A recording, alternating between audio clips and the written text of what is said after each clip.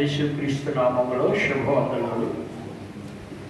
ఈ రాత్రి సాయంకాలం మీ అందరితో కూడా కలిసి దేవుని సన్నిధిలో ఉండే అవకాశాన్ని దేవుడు నాకు అనుగ్రహించినందుకు మొదటిగా దేవునికి వందనాలు చెల్లిస్తున్నాను. హల్లెలూయా. మీ మధ్యకు ఆహ్వానించిన దైవజనులు డానియల్ గారికి ప్రత్యేకమైన వందనాలు. డానియల్ గారు చాలా కాలం తెలుసు, కానీ ఆరాధన ప్రార్థన ఈ స్థలంలో నడిపిస్తున్నారన్న సంగతి నాకు తెలియదు. ఈరోజు క్రిస్టఫర్ గారు ఆ విషయాన్ని తెలియజేశారు. క్రిస్టఫర్ గారి ద్వారా మేము మధ్యకు రావడం జరిగింది. వారు నన్ను ఆహ్వానించినందుకు వారికి ప్రత్యేకమైన వందనాలు. అలాగనే మన గురించి చాలా విషయాలు చెప్పారు. వారికి ఉన్న అభిమానాన్ని బట్టి వారికి ప్రత్యేకమైన వందనాలు చెల్లిస్తున్నారు. క్రిస్టఫర్ గారు మేము ఈ స్థలం పరిచయం చేసే దినాల్లో సండే స్కూల్లో ఉండేవారు. చాలా అల్లరి చేస్తూ ఉండేవారు. ఇప్పుడు కూడా అల్లరి పాస్టర్ అంటే నేను, ఎందుకంటే నా ఆత్మీయ కుమారుడు కనుక ఏదన్నా పర్వాలేదు. కనుక ఈ దినాన వారి ద్వారా డానియల్ గారి ద్వారా మీ మధ్యకు రావడానికి దేవుడు కృప చూపినందుకు మరొకసారి దేవునికి వేలాది వందనాలు చెల్లిస్తూ ఉన్నాను. దేవుని వాక్యాన్ని చదువుకున్నాం. మత్తయి సువార్త 22వ అధ్యాయం. మత్తయి సువార్త 22వ అధ్యాయం. మత్తయి సువార్త 22వ అధ్యాయం 15వ వచనం నుండి 22వ వచనం వరకు నేను చదువుతాను. బైబిల్ ఉన్న వారందరూ కూడా తెరిచి గమనించాలని కోరుతున్నాను. మత్తయి సువార్త 22వ అధ్యాయం 15వ వచనం నుండి 22వ వచనం వరకు. Gospel of Matthew 22nd chapter beginning from 15th verse to 22nd verse. నేను చదువుతాను. బైబిల్ ఉన్న వారందరూ కూడా తెరిచి గమనించాలని కోరుతున్నాను. దేవుని వాక్యం కనుక మనం అందరం కూడా దేవుని వాక్యాన్ని గమనించడం ద్వారా ప్రభు మనతో మాట్లాడతాడు. కనుక మీరందరూ కూడా నేను చదువుతూ ఉండగా మీ బైబిల్ని తెరిచి ఆ వాక్యాన్ని గమనించాలని ఆశిస్తూ ఉన్నాను. బైబిల్ లేకుండా వచ్చారనుకోండి, సెల్ ఫోన్లో కూడా బైబిల్ ఉంటుంది. కనుక ఆ బైబిల్ తీసుకుని నేను వాక్యాన్ని గమనించాలని కోరుతున్నాను. అప్పుడు పరిసయ్యులు వెళ్ళి మాటలలో ఆయనను చిక్కుపరచవలెనని ఆలోచన చేయుచు, బోధకుడా, నీవు సత్యవంతుడు అయ్యుండి దేవుని మార్గము సత్యముగా బోధించుచున్నావని, నీవు ఎవరిని లక్ష్య పెట్టవని మోమాటము లేనివాడని ఎరుగుదు. నీకేమి తోచుతున్నది? కైజరికి పొందించుట న్యాయమా కాదు? మాతో చెప్పుమని అడుగుటకు హేరోదీయులతో కూడా తమ శిష్యులను ఆయన యొద్దకు పంపింది. యేసు వారి చెడుతనం అరిగి, వేషధారణారా, నన్నెందుకు శోధించుతున్నారు? పొన్ను రూక ఒకటి నాకు చూపుడని వారితో చెప్పగా, వారు ఆయన యొద్దకు ఒక దేనారమును తెచ్చి, అప్పుడు ఆయన ఈ రూపమును పైవ్రాతయు యవనవని వారిని అడుగగా, వారు కైసరివని. అందుకు ఆయన, అలాగైతే కైజరివి కైజరుకు, దేవునివి దేవునికి చెల్లించుడని వారితో చెప్పారు. వారి మాట విని ఆశ్చర్యపడి ఆయనను విడిచిపోయి ప్రార్థన చేసుకున్నాం. కృపగలిగిన దేవ, ప్రేమ కలిగిన మా తండ్రి, నీకు స్తోత్రాలు. మా జీవితాలకు నీవు దేవునిగా, రక్షకునిగా, ప్రభువుగా బయలుపరుచుకున్నందుకు స్తోత్రాలు. నిన్నెరుగుట నిత్యజీవమైనది నాయన. ఈ స్థలంలో చేరిన మేమందరము కూడా నిన్ను దేవునిగాను, రక్షకునిగాను, ప్రభువుగాను అంగీకరించినట్లు నీ పరిశుద్ధాత్మ కార్యాలు మా అందరి హృదయాలలో నీవు జరిగించినందుకు నీకు వేలాది స్తోత్రాలు చెల్లిస్తూ ఉన్నాం. భూమి పునాదులు వేయబడక మునిపే నీవు మమ్మల్ని ప్రేమించావు. గర్భములో రూపింపక మునిపే నీవు మమ్మల్ని ఏర్పరచుకున్నావు. మా పట్ల నీకున్న ఏర్పాటు మేమందరం కూడా గ్రహించగలిగినట్లు నీ పరిశుద్ధాత్మ కార్యాన్ని మా అందరి హృదయాలలో జరిగించినందుకు నీకు స్తోత్రాలు చెల్లిస్తూ ఉన్నాం. నీ బిడ్డలుగా నీ సన్నిధిలో మా ప్రభువా ఈ పునరుత్థాన దినమున చేరి నిన్ను స్తుతించినట్లు, ఘనపరిచినట్లు, ఆరాధించుకున్నట్లు నీ కృప మా అందరికీ నీవు అనుగ్రహించినందుకు నీకు వేలాది స్తోత్రాలు. ఈ దాసులు దానియేలు గారిని బట్టి వారి కుటుంబాన్ని బట్టి స్తోత్రాలు. ఈ దాసునికి నీవు అనుగ్రహించిన దర్శనాన్ని బట్టి, భారాన్ని బట్టి నీకు స్తోత్రాలు. ఈ విధంగా ఈ స్థలంలో ఈ పరిచర్యను కొనసాగించడానికి నీ కృప అనుగ్రహించినందుకై వందనాలు.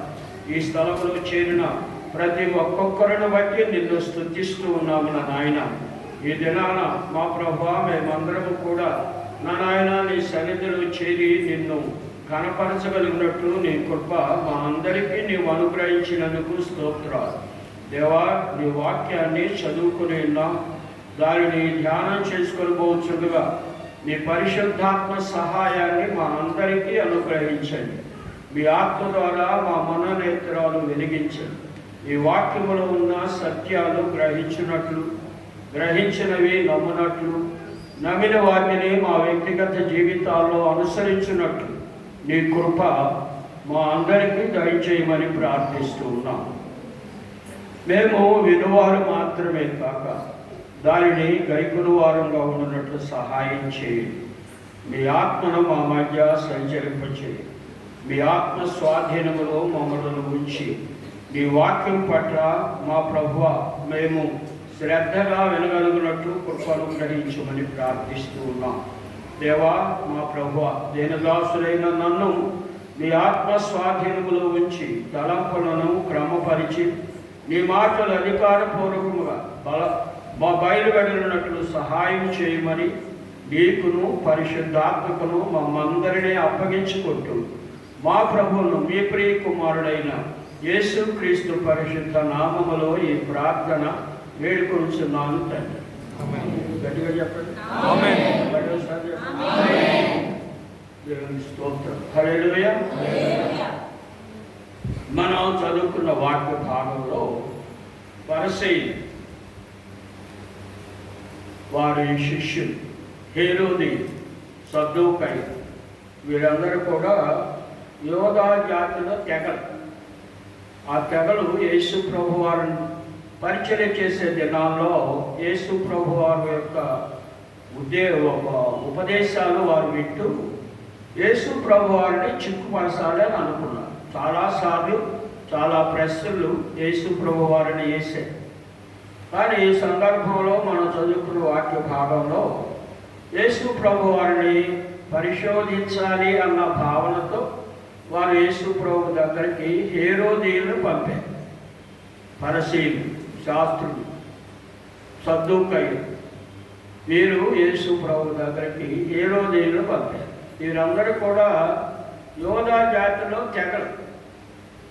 యోధా జాతిలో వీరందరూ కూడా తెగలు. పరిసయ్యులు గురించి, అలాగనే సద్దూకయ్యుల గురించి, అలాగనే మరి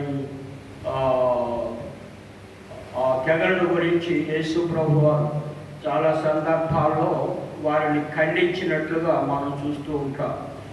23వ అధ్యాయం మత్తయి సువార్తలో చదువుకున్నట్లయితే ఆ అధ్యాయంలో యేసు ప్రభు వారు వారందరినీ బహుగా ఖండించినట్లుగా, మీరు సున్నం కొట్టిన సమాధులు అని వారిని హెచ్చరించినట్లుగా కూడా దేవుని వాక్యంలో మనం చూస్తాం. వారు యేసు ప్రభు వారి దగ్గరికి హేరోదీయులు పంపి ఒక ప్రశ్నతో పంపారు. ఆ ప్రశ్న ఏమిటంటే, కైజరుకి పొందించుట న్యాయమా కాదా? కైజరుకి పొందించుట న్యాయమా కాదా? యేసు ప్రభు వారిని చిక్కుల్లో పెట్టాలని చాలాసార్లు ప్రయత్నం చేశారు. మనం దేవుని వాక్యంలో ఒక సంఘటన చదువుతాం. ఆ సంఘటనలో యేసు ప్రభు వారి దగ్గరికి వ్యభిచారంలో పట్టబడిన స్త్రీని తీసుకుని వచ్చి ఆ చిక్కుల్లో పెట్టాలనుకున్నారు. ధర్మశాస్త్ర ప్రకారం ఈమెను రాళ్లతో కొట్టి చంపాలి. నీవేం చెబుతావు అని యేసు ప్రభు వారిని ప్రశ్నించారు. ఆ ప్రశ్న వేయడానికి కారణం ఏంటి అంటే, ధర్మశాస్త్రాన్ని గురించి యేసు ప్రభువారు మత్తయి సువార్త 5, 6, 7 అధ్యాయాల్లో చాలా విషయాలు చెబుతూ ఒక మాట అనేవారు. ఆ యొక్క అధ్యాయాన్ని మీరు చదువుతూ ఉన్నట్లయితే అందులో యేసు ప్రభువారు ధర్మశాస్త్రం ఎలాగ చెప్పబడింది, నేను చెప్పినదేమనగా అని యేసు ప్రభువారు ఆ అధ్యాయాల్లో చాలాసార్లు ఆ పదాలు వాడారు. కనుక అందుకనే యేసు ప్రభువారి దగ్గరికి ఆమెను తీసుకుని వచ్చి ఆమెను ఆయన పాదాల దగ్గర పడవేసి ధర్మశాస్త్రం ప్రకారం ఈమెను రాళ్లతో కొట్టి చంపాలి, నీవేం చెబుతావు అని అన్నారు. అంటే రాళ్లతో కొట్టి చంపమంటే మరి ధర్మశాస్త్రం మీద అధికారం ఉన్నట్లుగా మాట్లాడావు కదా, ధర్మశాస్త్రం ఎలాగో చెబుతున్నది, నేను చెప్పునని ఏమనగా అంటే ధర్మశాస్త్రం కంటే అధికారం కలిగిన వారిగా నువ్వు మాట్లాడావు కనుక ఆ విషయాలు ఆ ప్రశ్నకు వారు అనుకున్న సమాధానం చెబితే ఆయన్ని చిక్కుల్లో పెట్టాలనుకున్నారు. కానీ యేసు ప్రభువారు ఎవరి ప్రశ్నల ద్వారా చిక్కులు పడేవాడు కాదు. ఆయన సర్వజ్ఞాని. సర్వజ్ఞాని అంటే చాలామంది దానికి నిర్వచనం ఏం చెప్తారంటే అన్నిటినీ ఎరిగిన వాడు అని చెప్తారు. అది కాదు. సర్వజ్ఞాని అంటే అన్ని కాలములో ఉన్న వాటిని ఏకకాలములో ఎరుగగలిగిన వాడు. హల్లెలూయా. అన్ని కాలాలలో ఉన్న వాటిని ఏకకాలంలో ఎరుగగలిగిన వాడు. అన్ని కాలాలంటే వర్తమాన, భూత, భవిష్యత్తు, జరిగినవి, జరుగుతున్నవి, జరగబోవే అన్నిటినీ ఒకేసారి తెలుసుకోగలిగిన వాడు సర్వజ్ఞాని. హల్లెలూయా. యేసు ఒక్కడే సర్వజ్ఞాని. యేసు ఒక్కడే సర్వజ్ఞాని. కనుక ఆ యేసు ప్రభువుని ప్రశ్నిస్తే ఆయన ఆ ప్రశ్న సమాధానంలో వారినే చిక్కుబడిస్తారు. కనుక ధర్మశాస్త్ర ప్రకారం చంపాలి అని రాళ్లతో కొట్టి చంపాలన్నారు కదా, మీలో పాపం లేనివాడు మొదట రాయి వేయండి అన్నారు. అక్కడ రాయబడిన మాట ఏంటంటే పెద్దలు మొదలుకొని చిన్నపిల్లల వరకు రాళ్ళు విడిచి వెళ్ళిపోయారు అని రాయి. పెద్దలు మొదలుకొని చిన్నపిల్లల వరకు రాళ్ళు విడిచి వెళ్ళిపోయారు. అంటే పెద్దలు అనగానే ఏదో ఒక పాపం చేస్తారు కనుక వారి జ్ఞాపకం వచ్చు. చిన్నపిల్లలకు కూడా పాపం చేస్తారా? చిన్నపిల్లలు చాలా అమాయకులు, వారు ఏం పాపం చేయరు అంటారు. మీకు చిన్న సంగతి చెప్తారు. వర్షం వస్తుంది, పిల్లలు వానలో ఆడుకోవాలనుకుంటారు, అవునా కదా? బయటకు వెళ్ళినప్పుడు మీరు వర్షం వస్తుంది, వర్షంలో తడిస్తే జ్వరం వస్తుంది, మీరు బయటకు మాత్రం మీరు వెళ్ళకూడదు అంటారు. వాళ్ళలో ఒక తొండ్ర పిల్లడు ఉంటాడు, కృష్ణపర్ణ. ఆ తొండ్రోడు ఏం చేస్తాడంటే ఎట్ట బయటకు వెళ్ళాలి, బయటికి వెళ్ళి నీళ్ళల్లో ఆడుకుంటే బాగుంటుంది కదా వర్షంలో అని ఒకనాట పడుతున్నాడు. ఎలా వెళ్ళాలి? వాళ్ళ అమ్మ దగ్గరికి వెళ్ళి ఇంట అన్నారు. ఏం చేస్తుంది అమ్మ? ఇంట్లో పోసుకోమంటుందా? బయటకి అన్నాడు. వాడు బయటికి వెళ్ళినట్టే వెళ్తాడు, పాస్ పోసుకున్నట్టే కనపడతాడు. తుర్రు, అవునా లేదా? మీ పిల్లలు అలా చేశారా లేదా? అంటే మోసకరమైన స్వభావం వారి హృదయాల్లో అది. కనుక పిల్లలు ఏం అమాయకులు, వారికి ఏం తెలియదు అని అనుకోవడం చాలా తప్పు. వారిలో కూడా మోసకరమైన స్వభావం ఉంటుంది కనుక అందుకని ఆ మాట రాబట్టి పెద్దలు మొదలుకొని చిన్న పిల్లల వరకు రాళ్ళు విడిచి వెళ్ళిపోయారు అని రాయి. యేసు ప్రభు ఆమె దగ్గరికి వెళ్ళాడు. ఆమె విచారణలో పట్టబడింది కనుక ఆమెను తీసుకొని వచ్చిన వారందరూ కూడా ఆశ్చర్యమైన చూపుతో చూశారు. ఆమెను అవమానపరచడానికి ప్రయత్నం చేశారు. కానీ యేసు ప్రభు ఆమెను సంబోధించిన విధానాన్ని మనం గమనించినట్లయితే అమ్మా అని ఆమెను సంబోధించి, మనం పాపుల శిక్షకు గురైన వారు, మనందరిని కూడా ఆయన సంబోధించే విధానం నా కుమారుడా, నా కుమార్తె అని సంబోధిస్తాడు. అందులో ఆయన ప్రేమ కనపడదు. అలాగే ఆ స్త్రీని, అమ్మ నేనెవరు శిక్షింపలేదా అని అనగానే ఎవరు శిక్షించలేదయ్యా. శిక్షించడానికి అర్హుడైన వాడు యేసు ప్రభు ఒక్కడే. అక్కడ ఆయనలో ఏ పాపం లేదు. పాపం లేని యేసు ప్రభు ఆమెను రాళ్లతో కొట్టి చంపగలడు. కానీ యేసు ప్రభు వారు ఆమెతో అన్నాడు,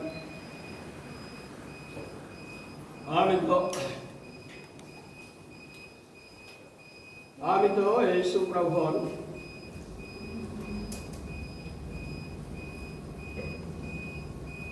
అమ్మా నేను కూడా శిక్ష విధింపను అన్నాడు. నేను కూడా శిక్ష విధింపను, నువ్వు సమాధానము గలదానమై అని ఒక మాట మరలా పాపం కనుక ప్రభు క్షమించినప్పుడు మరలా పాపంలో నడవదు. ప్రభు ఆజ్ఞాపిస్తున్నాడు. కనుక మన జీవితాల్లో ప్రభువును నమ్ముకున్న తర్వాత మన జీవితం ప్రభువుకి ఇష్టమైన జీవితంగా ఉండాలి. కనుక పాపం చేయకమ్మా అన్నాడు. కనుక యేసు ప్రభు వారు చిక్కుల్లో పెట్టాలనుకున్నవారు కానీ వారే చిక్కుల్లో పడిపోయారు. అలాంటి ప్రభు మన ప్రభు. ఈ భాగంలో కూడా యేసు ప్రభు వారిని చిక్కుల్లో పెట్టడానికి హేరోదీయులు పంపారు. హేరోదీయులు వచ్చి అడిగారు, కైజరుకి పన్నించుట న్యాయమా కాదా? కైజరు ఎవరు? ఆ దినాల్లో రోమా సామ్రాజ్యం పరిపాలిస్తూ యేసు ప్రభు వారు జీవించిన కాలంలో కూడా రోమా సామ్రాజ్యమే ఏలుతూ ఉన్నది. అంటే ఆ యొక్క ఇశ్రాయేల్ దేశం కూడా రోమా సామ్రాజ్యం క్రిందే ఉన్నది. యేసు ప్రభు వారు ఆ రోమా సామ్రాజ్యం క్రింద ఉంది కనుక వారు యేసు ప్రభు వారిని కైసరుకి పన్నించుట న్యాయమా కాదా అని అడిగారు. కైసరుకి పన్నించుట న్యాయమా కాదా అని అడగడానికి కారణం ఏంటంటే యేసు ప్రభు వారు భూలోకంలోనికి వచ్చిన తర్వాత ఆయన మొదటి ప్రసంగం దేవుని రాజ్యాన్ని గురించి బోధించారు. మార్కు సువార్త 1వ అధ్యాయం 15వ వచనంలో ఆయన సువార్తను ప్రారంభిస్తూ ఆయన మాట్లాడిన మాట మొదటి మాట. మార్కు సువార్త 1వ అధ్యాయం 15వ వచనంలో కాలము సంపూర్ణమైనది, దేవుని రాజ్యము సమీపించి ఉన్నది, మారు మనసు పొంది సువార్తను నమ్ముడి అని యేసు ప్రభు వారు ప్రారంభ వాక్యం అది. ఆయన పరిచయను ప్రారంభిస్తూ ప్రారంభ వాక్యం కాలం సంపూర్ణమైనది, దేవుని రాజ్యము సమీపించి ఉన్నది, మారు మనసు పొంది సువార్తను నమ్ముడి. అంటే దేవుని రాజ్యంలోనికి వెళ్ళాలంటే మారు మనసు పొందాల్సిందే. మారు మనసు అన్న మాట మనం వింటూ ఉన్నప్పుడు కొందరికి అది యావగింపుగా ఉంటుంది. ఈ దేవుని సేవకులు ఎప్పుడు మారు మనసుల గురించి చెబుతారు అన్న భావన కొందరి హృదయాల్లో ఉన్నది. దేవుని సేవకులు చెప్పడమే కాదు, యేసు ప్రభువు వారే చెప్పారు మారు మనసు పొందాలి, మారు మనసు పొందితే దేవుని యొక్క రాజ్యానికి నువ్వు అర్హుడు అవుతావు అన్న సత్యాన్ని యేసు ప్రభువు వారే తన మొట్టమొదటి ప్రసంగంలో చెప్పారు. మరొక చోట యేసు ప్రభువు వారు ఆ మారు మనసుల గురించి మాట్లాడారు. మత్తయి సువార్త 11వ అధ్యాయం 20వ వచనములో, మత్తయి సువార్త 11వ అధ్యాయం 20వ వచనములో ఆ వచనాల్లో వ్రాయబడిన మాట ఏంటంటే ఆయన ఏ ఏ పట్టణములలో అద్భుతములు జరిగించెనో ఆ పట్టణముల వారు మారు మనసు పొందనందువలన వారిని ఇలాగున గద్దించెను అని రాయబడి. మాట చాలా బాగా అర్థం చేసుకోవాలి. ఆ మాట ఏ పట్టణంలో ఆయన అద్భుతాలు జరిగించారో వారు మారు మనసు పొందనందువలన వారిని ఇలాగున గద్దింపసాగారు. అంటే యేసు ప్రభు మారు మనసు యొక్క ప్రాధాన్యతను గురించి చెప్పాడు. మనం అద్భుతాలు అనుభవిస్తాం, ప్రార్థనలు చేస్తాం, మన ప్రార్థనలకు జవాబులు వస్తాయి, దేవుడికి కృతజ్ఞత చెల్లిస్తాం. కానీ మారు మనసు అవుతుంది, మన యొక్క జీవితం మారదు. ఎన్నో అద్భుతాలు, ఎన్నో ఆశ్చర్యకార్యాలు ప్రభు మన వ్యక్తిగత జీవితాల్లో మనం అడగగానే ఆయన చేశాడు. ఎందుకంటే ఆయన వాగ్దానం చేశాడు, అడుగుడి మీకు ఇవ్వబడును, వెదకుడి మీకు దొరుకును, తట్టుడి మీకు తీయబడును. కనుక ఆయన అడుగుడైన వాగ్దానం చేశాడు కనుక మన శరీర సంబంధమైన అవసరతల నిమిత్తమై మనం అడిగినప్పుడు ఆయన జవాబిచ్చాడు, అద్భుతం చేశాడు, ఆశ్చర్యకారాలు చేశాడు, రోగాన్ని స్వస్థత పరిచాడు. ఆర్థిక ఇబ్బందులు ఉండగా ప్రార్థించగానే ఆశ్చర్యకరమైనగా దేవుడు నీ యొక్క ఆర్థిక ఇబ్బందిని తొలగించాడు. హల్లెలూయా. ఎన్నో అద్భుతాలు నీ వ్యక్తిగత జీవితంలో మీరందరూ కూడా చూశారు. కానీ మారు మనసు పొందావా? జీవితం మారిందా? అది ప్రభు మనను కోరుతున్నాడు. అందుకనే ఆయన ఏ పట్టణంలో ఆయన అద్భుతములు చేసినో ఆ పట్టణంలో వారు మారు మనసు పొందనందువలన వారిని ఎలాగున గద్దింప సాగారు. యేసు ప్రభు వారు తన ప్రసంగాలన్నిటిలో మారు మనసును గురించి ప్రాధాన్యత ఇచ్చాడు, మారు మనసును గురించి బోధించాడు. ప్రకటన గ్రంథం 2-3 అధ్యాయాలు సంఘాల గురించి మాట్లాడుతూ కూడా యేసు ప్రభు వారు ఏమన్నాడు? మారు మనసు పొందని ఎడలా అన్న మాట ప్రతి సంఘాన్ని హెచ్చరించాడు. అంటే సంఘంలో మారు మనసు పొందాలి, సంఘంలో ఉన్నవారు మారు మనసు పొందాలి. అంటే మేము మారు మనసు పొందలేదా? బాప్తిసం తీసుకున్నాం, ప్రభుత్వాల్లో పాల్పడుతున్నాం, ఆరాధనకి వెళుతున్నాం, అయితే జీవితం మారిందా? అది ప్రభు కోరేది. మన జీవితం మారకుండా ఎన్ని కార్యాలు మనం చేసినా మనం దేవుని యొక్క రాజ్యానికి అర్హులం కాదు. అదే యేసు ప్రభు వారు నికోదేముతో చెప్పాడు, ఒకడు క్రొత్తగా జన్మించితేనే తప్ప దేవుని రాజ్యాన్ని చూడలేడు. ఒకడు నీటి మూలముగానో ఆత్మ మూలముగానో జన్మించేనే తప్ప దేవుని రాజ్యంలోనికి ప్రవేశింపలేడు అని నికోదేము, ధర్మశాస్త్రోపదేశకుడైన నికోదేము గారి చెప్పిన మాట అదే. కనుక మనమందరం కూడా మారు మనసు అనుభవంలోనికి రావాలి. అంటే మారిన జీవితం జీవించాలి. మారు మనసు పొందాను అనుకుంటాం, కానీ మన వ్యక్తిగత జీవితాల్లో జీవితం మారినటువంటి జీవితంతో మారు మనసు పొందుతున్నాం. అది దేవునికి ఇష్టం లేదు. కనుక యేసు ప్రభు వారు దేవుని రాజ్యాన్ని గురించి బోధించారు. అందుకనే ఆ పరిసయ్యులు, శాస్త్రులు, అద్దుకయ్యులు, హేరోదీయులు యేసు ప్రభు దగ్గరకు వచ్చి, అయ్యా కైజరు పొన్నిచ్చుట న్యాయమా కాదా అని అడిగి. కైజరు ఎవరు? రోమా సామ్రాజ్యపు చక్రవర్తి. యేసు ప్రభు వారు జీవించిన కాలంలో ఆయన చక్రవర్తి. ఆయన రోమా సామ్రాజ్యం అంతటిని పరిపాలిస్తూ ఉన్నారు. ఆ ప్రజలు ఆయన పొన్నిస్తారు. కనుక యేసు ప్రభు వారు నా ప్రశ్న అడగడానికి కారణం ఏంటంటే, నువ్వు రాజ్యాన్ని గురించి బోధిస్తున్నావు, దేవుని రాజ్యాన్ని స్థాపించడానికి భూలోకానికి వచ్చేనావు, ఆ రాజ్యానికి నేనే రాజునని చెబుతున్నావు. అయితే ఎవరికి పొన్నేవారు? కైజరుకు పొన్నించుట న్యాయమా కాదు? అది వారి ప్రశ్న. కైజరుకు పొన్నించుట న్యాయమా కాదు? యేసు ప్రభు భూలోకంలో రాజ్యాన్ని గురించే చెప్పాడు. మనం ఇందాక ఒక వాక్యం చదువుకున్నాం, మార్కు 1వ అధ్యాయం 15వ వచనంలో. పరలోక రాజ్యాల గురించి మత్తయి సువార్త 13వ అధ్యాయంలో 7 ఉపమానాలు చెప్పాడు. దేవుని రాజ్యాన్ని గురించి, పరలోక రాజ్యం ఎలా ఉంటుంది అని 7 ఉపమానాలు చెప్పాడు. ఆయన ప్రసంగంలో దేవుని రాజ్యాన్ని గురించి చాలా విషయాలు చెప్పాడు. పిలాతు ఎదుట నిలబడినప్పుడు కూడా, నువ్వు రాజువా అని ప్రశ్నిస్తే, అవును నీవు అన్నట్టే నేను రాజు, కానీ నా రాజ్యం భూలోక సంబంధమైనది కాదు, నా రాజ్యం సత్య సంబంధమైనది.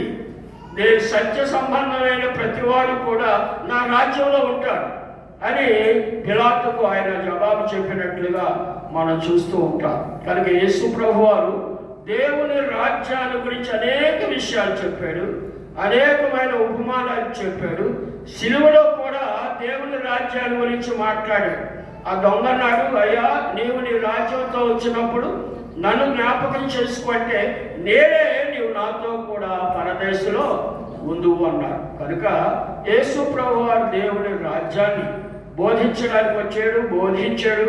దేవుని రాజ్యాన్ని బోధిస్తూ ఉంటే యూదులు, పరిసయ్యులు యేసు ప్రభు దగ్గరికి వెళ్ళి ఒక ప్రశ్న వేశారు, అయ్యా దేవుని రాజ్యం ఎప్పుడు వచ్చును అని అన్నారు. దేవుని రాజ్యం ఎప్పుడు వస్తుంది అని అడిగారు. అడిగినప్పుడు యేసు ప్రభు వారు, దేవుని రాజ్యం మీ మధ్యనే ఉన్నది. వాడు చాలా ఆశ్చర్యం వేశాడు, ఇదేమిటి దేవుని రాజ్యం మన మధ్యనే ఉన్నది అంటున్నాడు. ఆయన దేవుని రాజ్యాన్ని గురించి బోధిస్తున్నాడు. దేవుని రాజ్యంలోనికి మీరు ప్రవేశించాలంటే మారు మనసు పొందాలని ఆయన చెబుతూ ఉన్నాడు. దేవుని రాజ్యం మీ మధ్యనే ఉన్నది అన్నాడు. ఇదేమిటి అన్న భావన, ఆశ్చర్యం వారందరికీ కూడా కలిగి, దేవుని రాజ్యం అంటే ఏంటి, యేసు ప్రభు వారు మీ మధ్యనే ఉన్నది దేవుని రాజ్యం అనడంలో ఉద్దేశం ఏంటి, దేవుని రాజ్యం అనే దానికి పరిశుద్ధుడైన పౌలు ఒక నిర్వచనాన్ని చెప్పాడు.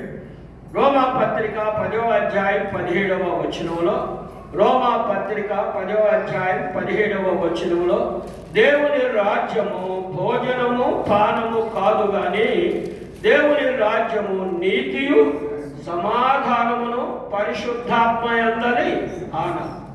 దేవుని రాజ్యం భోజనం పానం కాదు. దేవుని రాజ్యం అనగా నీతి, సమాధానం, పరిశుద్ధాత్మ యందలి ఆనందం.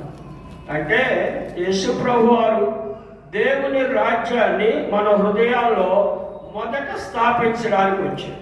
మరలా ఆయన దేవుని రాజ్యాన్ని భూమి మీద పరిపాలించేటప్పుడు ఆయన రాజ్యం నీతి పరిపాలన ఉంటుంది, సమాధానం ఉంటుంది, పరిశుద్ధాత్మ యందలి నిజమైన ఆనందం ఉంటుంది దేవుని రాజ్యం. కానీ దేవుని రాజ్యం అనగా ఏంటంటే భోజనం పానం కాదు, సుఖభోగాలు కాదు అని అర్థం. దేవుని రాజ్యం అంటే సుఖభోగాలు కాదు. దేవుని రాజ్యం అంటే నీతి కొరకు జీవించడం. దేవుని రాజ్యం అంటే సమాధానం కలిగి జీవించడం. దేవుని రాజ్యం అంటే పరిశుద్ధాత్మ ద్వారా కలిగే ఆనందంతో జీవించడం. లోక సంబంధమైన వస్తువుల ద్వారా ఆనందం ఉంటుంది కానీ పరిశుద్ధాత్మ మనకు అనుగ్రహించిన ఆనందం నిత్యము మనతో ఉంటుంది. హల్లెలూయా. మన శ్రమలో ఉంటుంది, దుఃఖంలో ఉంటుంది, ఆనందంలో ఉంటుంది, సుఖంలో ఉంటుంది దేవుని యొక్క సమాజం, ఆ సమాధానం. అందుకే యేసు ప్రభు అని అన్నాడు యోహాను సువార్త 14వ అధ్యాయం 27వ వచనంలో, నా సమాధానం నేను మీకు ఇచ్చుచున్నాను, లోకం ఇచ్చినట్లుగా నేను ఇవ్వడం లేదు, నా సమాధానమే మీకు ఇచ్చుచున్నాను. లోకం ఇచ్చే సమాధానం ఉంది, యేసయ్య ఇచ్చే సమాధానం. లోకం ఇచ్చే సమాధానం తాత్కాలికమైనది. లోకం ఇచ్చే సమాధానం లోక సంబంధమైన వస్తువుల మీద ఆధారపడి ఉంటుంది. ఆ వస్తువు మనకు కలిగినప్పుడు ఆనందిస్తాం, కానీ ఆ వస్తువు పాడైపోయినప్పుడు మన ఆనందం కూడా దానితో పాటు పోదు. అంటే తాత్కాలికమైన లోక సంబంధమైన సమాధానం తాత్కాలికమైన. దేవుడిచ్చే సమాధానం అన్ని పరిస్థితుల్లో నిన్ను ధైర్యపరుస్తుంది. హల్లెలూయా. ఆ సమాధానం నీ హృదయంలో ఉంటే ఏ పరిస్థితికి నువ్వు భయపడవు. కనుక మనకు దేవుడిచ్చే సమాధానం ఉన్నది, అలాగనే లోకం ఇచ్చే సమాధానం ఉన్నది. కనుక ఈ సమయంలో దేవుని రాజ్యం అంటే నీతి, సమాధానం, పరిశుద్ధాత్మ యందలి ఆనందం. యేసు ప్రభు వారు దేవుని రాజ్యాన్ని స్థాపించడానికి ముందుగా ఆయన మరలా వచ్చి లోకంలో రాజ్యం వెళ్తాడని మనం అందరం నమ్ముతున్నాం. ప్రపంచంలో ఈ దినాల్లో జరిగే పరిస్థితులన్నీ, యుద్ధాలన్నీ, తుఫానులన్నీ, భయంకరమైనటువంటి వాతావరణం మనం వింటూ ఉన్నాం. ఇవన్నీ దేన్ని సూచిస్తూ ఉన్నాయంటే యేసు ప్రభు వారు త్వరగా భూలోకానికి రాని. ఆయన వచ్చినప్పుడు ఆయన రాజ్యాన్ని స్థాపిస్తారు. ఆయన రాజ్యం నీతి, సమాధానం, పరిశుద్ధాత్మ యందలి ఆనందంతో ఉంటుంది. కానీ అప్పుడే కాదు, యేసు ప్రభువుని నమ్ముకుంటే నీ జీవితంలో నీతిని హృదయంలో కలుగుతుంది. దేవుని యొక్క వాక్యంలో ఒక మాట రాయబడింది. రోమా పత్రిక 4వ అధ్యాయం ఆఖరి వచనం, అలాగనే రోమా పత్రిక 5వ అధ్యాయం, రెండు కలిపి చదువుకోవాలి. రోమా పత్రిక 4వ అధ్యాయం 25వ వచనం, రోమా పత్రిక 5వ అధ్యాయం 1వ వచనం. ఆయన మన అపరాధముల నిమిత్తమై అప్పగింపబడి మనలను నీతిమంతులుగా తీర్చుటకు లేపబడెను. ఆయన మన అపరాధముల నిమిత్తమై అప్పగింపబడి మనలను నీతిమంతులుగా తీర్చుటకు లేపబడెను. 5వ అధ్యాయం 1. కాబట్టి ఆయన మరణించి పునరుత్థానుడయ్యాడు. కాబట్టి విశ్వాసం వలన మనం నీతిమంతులుగా తీర్చబడి యేసు క్రీస్తు ద్వారా దేవునితో సమాధానం కలిగి ఉన్నాం. హల్లెలూయా. కనుక ప్రియమైన వారలారా, యేసు మరణ పునరుత్థానాలు మనిషిని నీతిమంతులుగా తీరుస్తాయి. యేసు మరణ పునరుత్థానం అంటే ఆయన మరణాన్ని నమ్మాలి, ఆయన పునరుత్థానాన్ని కూడా నమ్మాలి. ఆ విషయాన్ని పరిశుద్ధుడైన పౌలు చెబుతూ రోమా పత్రికలోనే 10వ అధ్యాయం 9-10 వచనాల్లో, రోమా పత్రిక 10వ అధ్యాయం 9-10 యేసు ప్రభువుని నీ నోటితో ఒప్పుకొని దేవుడు మృతుల్లో నుండి లేపినని నీ హృదయంలో విశ్వసించిన ఎడల నీవు రక్షింపబడు. ఆయన మరణ పునరుత్థానాలు నమ్మాలి. కనుక ఈ రాత్రి కాలంలో మనం అందరం కూడా దేవుని రాజ్యం మన హృదయాల్లో ఆయన స్థాపించడానికి వచ్చాడు. మొదట ఆయన మరణం వచ్చి దేవుని రాజ్యాన్ని స్థాపించినప్పుడు ఆయన రాజ్యంలో నీతి పరిపాలన ఉంటుంది, ఆయన రాజ్యంలో నిజమైన సమాధానం ఉంటుంది, ఆయన రాజ్యంలో నిజమైన ఆనందం. అది ప్రభు చెప్పి, అందుకనే మీ మధ్యన ఉన్నది దేవుని రాజ్యం అని అన్నప్పుడు మన హృదయాల్లో మొదట దేవుని రాజ్యాన్ని స్థాపించడానికి యేసు ప్రభు వారు మన జీవితంలోనికి వచ్చారు. కనుక ప్రియమైన వారులారా, ఈ రాత్రి కాలంలో దేవుని యొక్క రాజ్యం చాలా ప్రాముఖ్యమైనది. ఆ రాజ్యాన్ని గురించి యేసు ప్రభు వారు బోధిస్తూ ఉంటే, యేసు ప్రభు వారి దగ్గరికి కైసరుకు పొందించుట న్యాయమా కాదా అని ప్రశ్నించారు. అంటే కైసరు ఆ దినాల్లో రోమా సామ్రాజ్యానికి చక్రవర్తి, ఆయన పన్నులు చెల్లిస్తున్నారు. కైసరు పన్ను ఇవ్వమంటావా అని అడగడంలో ఉద్దేశం అంటే, నువ్వు రాజు అంటున్నావు కదా, నువ్వు రాజ్యాన్ని స్థాపిస్తానంటున్నావు కదా, నేను ఎవరికి పన్ను ఇవ్వాలి అంటే ఆయన చిక్కుల్లో పెట్టాలి. ఒకవేళ కైసరు పన్ను ఇవ్వద్దు, నాకు ఇవ్వండి అంటే కైసరు కలిసి సాడి చెబుతాడు, కైసరు సైన్యాన్ని పంపుతాడు, ఏ సైన్యం కొట్టుకెళ్తాడు అని అనుకున్నారు వాడు. కానీ నాకు ఇవ్వండి అని అంటే ఆయన కైసరు మీద కైసరు దగ్గరికి సాగింది. ఆయనకే ఇవ్వండి అంటే, మరి నీ రాజ్యం సంగతి ఏంటి, నీ రాజు అని చెప్తున్నావు కదా, నీ సంగతి ఏంటి అని చిక్కుల్లో పెట్టడానికి అడిగాడు. కానీ యేసు ప్రభు వారు అన్నాడు, మీ దగ్గర ఒక నాణ్యాన్ని తీసుకురండి అన్నాడు. ఒక నాణ్యాన్ని తీసుకురండి అని వారిని అడిగారు. వారు నాణ్యాన్ని తీసుకొచ్చారు. ఈ నాణ్యాన్ని తీసుకొచ్చితే ఆయన చేతికి ఇచ్చింది. ఆయన అన్నాడు, దీని మీద ఎవరు ముద్ర ఉండదో చెప్పండి అన్నాడు. వారందరూ ఏకకంఠంలో చెప్పారు, కైసరు ముద్ర ఉంది. కైసరు ముద్ర ఉంది, కైసరిని చెల్లించండి, దేవునివి దేవునికి చెల్లించండి. కైసరికి చెల్లించండి, కైసరికి చెల్లించండి, దేవునివి దేవునికి చెల్లించాలి. కైసరికి ఎగ్గొడతారు వీళ్ళు, దేవునికి కూడా ఎగ్గొడతారు. దేవునికి ఇవ్వాల్సిన దశ బాగా లేదు, దేవునికి ఇవ్వాల్సిన అర్పణలు ఎవరు దేవునికి మొక్కుకున్న మొక్కుబడులు చెల్లించరు. అలాంటి రకం ఈ రకం, అలాంటి రకాలు మన మధ్య కూడా ఉంటారు. వీళ్ళు దేవునికి ఎవరు, ప్రభుత్వానికి కూడా ఎగ్గొడతారు, తప్పుడు లెక్కలు చూపెడతారు. కనుక యేసు ప్రభు వారు ఏమన్నాడంటే, కైసరివి కైసరికి, దేవునివి దేవుని. కనుక ప్రియమైన వారులారా, ఈ రాత్రి కాలంలో మనం నేర్చుకోవాల్సింది, దేశానికి ఇవ్వాల్సినవి దేశానికి ఇవ్వాలి, దేవునికి ఇవ్వాల్సినవి దేవునికి ఇవ్వాలి, ప్రభుత్వానికి ఇవ్వాల్సినవి ప్రభుత్వానికి ఇవ్వాలి, ప్రభువుకి ఇవ్వాల్సింది ప్రభువుకి ఇవ్వాలి. మనం ఇస్తున్నామా ఆలోచించుకోవాలి. అందుకే యేసు ప్రభువు కైసరుని కైసరుకి చెల్లించండి, దేవునిని దేవునికి చెల్లించండి. కనుక ప్రభుత్వానికి చెల్లించవలసిన వాటిలో క్రైస్తవులుగా, ప్రభువుని నమ్మిన వారుగా మనం యథార్థంగా ఉండాలి. అప్పుడు మనం దేవుని ఎదుట నిలబడడానికి అవకాశం ఉంటుంది. భూలోక జీవితం పరలోక జీవితానికి మార్గం. పరలోకంలో నీవు ఉండాలంటే భూలోకంలో నీవు ఎలా జీవిస్తున్నావో దాన్ని బట్టి పరలోక రాజ్యంలోనికి మనం ప్రవేశిస్తాం. కనుక ప్రియమైన వారులారా, ఈ రాత్రి కాలంలో ప్రభుత్వానికి చెందవలసింది చెల్లిస్తున్నామా, దేవునికి చెందవలసింది ప్రభువుకి చెందవలసింది ప్రభువుకి చెల్లిస్తున్నామా అనేది ఆలోచించుకోవాలి. మనమందరం కూడా ప్రభువు నమ్మినటువంటి వారు, ఆయన విశ్వాసంతో జీవిస్తున్నవారు.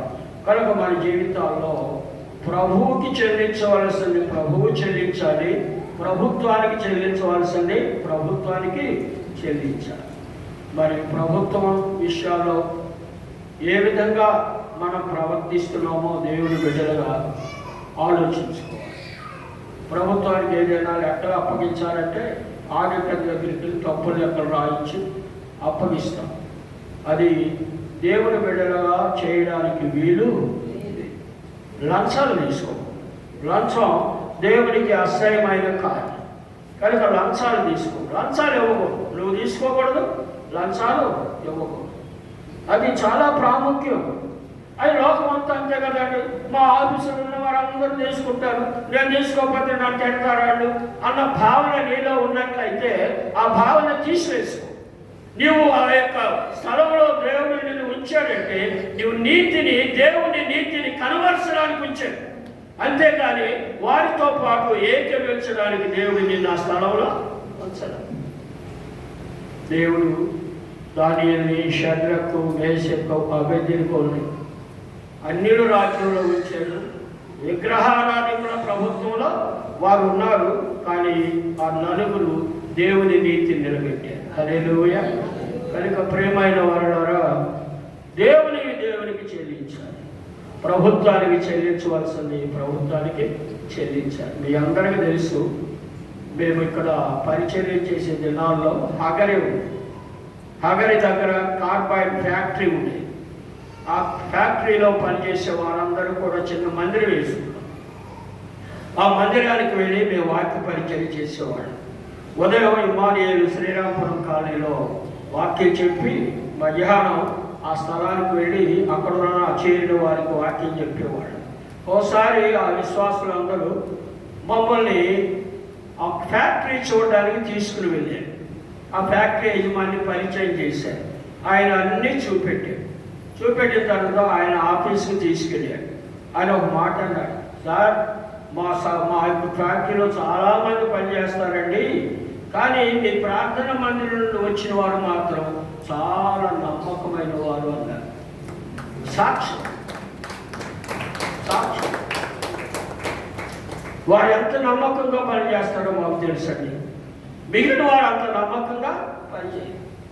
కనుక ఒక డాక్టర్ గారి దగ్గరికి వెళ్తే ఆ డాక్టర్ గారు ఒక మాట అన్నాడు. అయ్యా, ఆ డాక్టర్ గారు ఉస్మానియా యూనివర్సిటీలో డెంటల్ డిపార్ట్మెంట్కి హెడ్. ఆయన ఒక మాట అన్నాడు, అయ్యా, మా హాస్పిటల్లో చాలామంది నర్సులు ఉంటారు, కానీ ప్రభు నమ్మిన నర్సులు ఎంత యథార్థంగా నమ్మకంగా ప్రయాసపడతారో నేను గ్రహించేదన్నా. అది సాక్ష్యం. నువ్వు ఏ ఆఫీస్లో పనిచేస్తున్నావు, ఏ స్కూల్లో టీచర్గా పనిచేస్తున్నావు, కంప్యూటర్లో ఇన్స్టిట్యూట్లో పనిచేస్తున్నావు, అనేక స్థలాల్లో పనిచేసేవారు ఈ స్థలంలో ఉన్నారు. ఆ స్థలంలో నీకు సాక్ష్యం ఉందా? ప్రశ్నించుకోవాలి. దేవునికి, ప్రభుత్వానికి.